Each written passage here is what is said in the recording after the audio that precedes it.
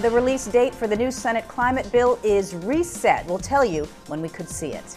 Is it too easy for products to earn the Energy Star label? Find out what a new Government Accountability Office audit found out. And Dominion is one step closer to starting construction on a new nuclear reactor. From the Energy News Center in Washington, D.C., this is the Energy Report with Susan McGinnis. Good morning, I'm Susan McGinnis. Thanks for joining us for the Energy Report on this 26th day of March 2010. It now looks like the long-awaited Kerry-Graham-Lieberman Senate climate bill will be released in mid-April. The word came Thursday as major oil companies lobbied the tripartisan authors for provisions that would help oil and natural gas drilling. South Carolina Republican Lindsey Graham told reporters he hopes to unveil the bill sometime after the upcoming spring recess ends April 12th.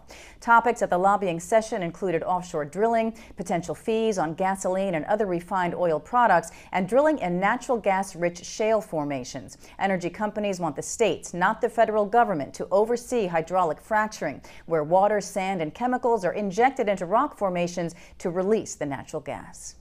World leaders may have been disappointed with the outcome of the Copenhagen climate talks this past December, but UNFCCC Executive Secretary Yvo de Boer says a climate deal is possible in 2011. In an interview with Euractiv, de Boer said that the upcoming UN conference in Cancun this coming December needs to set the basis for a new climate change treaty in 2011. This follows a new climate strategy announced by the European Commission last week that plans to reinvigorate global climate talks after Copenhagen, calling for a quick implementation of fast-track funding to developing countries and calling for the closure of loopholes in the Kyoto Protocol.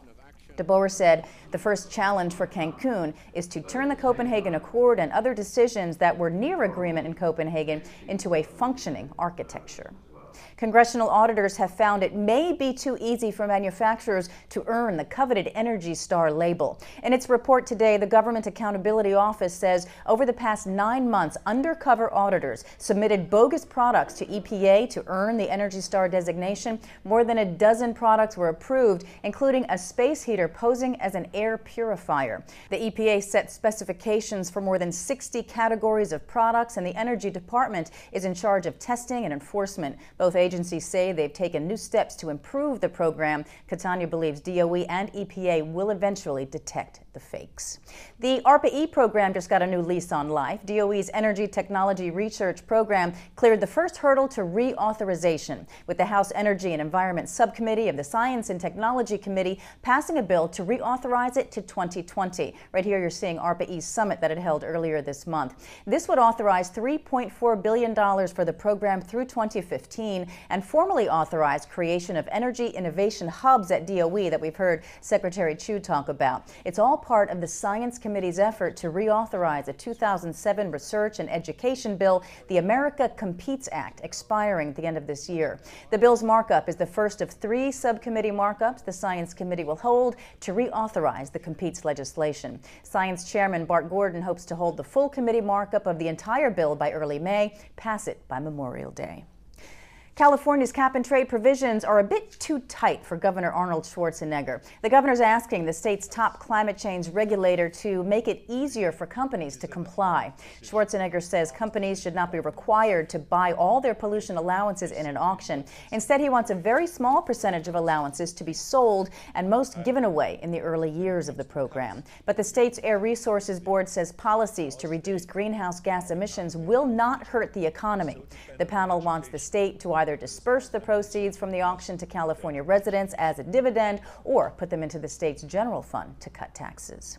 Dominion is one step closer to building a new nuclear reactor. The NRC has completed an environmental impact study for a proposed 3rd nuclear reactor at Dominion's North Anna Power Station in Central Virginia. Its conclusion: there are no environmental impacts that would delay construction. The next step is a safety review and a hearing by the NRC's Atomic Safety and Licensing Board. That's not expected until at least 2011.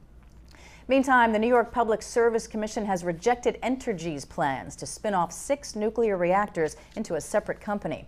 The commission sided with State Attorney General Andrew Cuomo, saying the transaction was not in the public's interest, creating a debt-laden company. It also had concern over the immediate financial viability of a nexus. Entergy had hoped the spinoff would raise $3 billion to repurchase shares. Here's a check of what's going on around the Beltway today. 8:30, the Blue Ribbon Commission on America's Nuclear Future started the second day of its initial meeting. Co-chairman Lee Hamilton and Brent Scowcroft are scheduled to speak at the conclusion.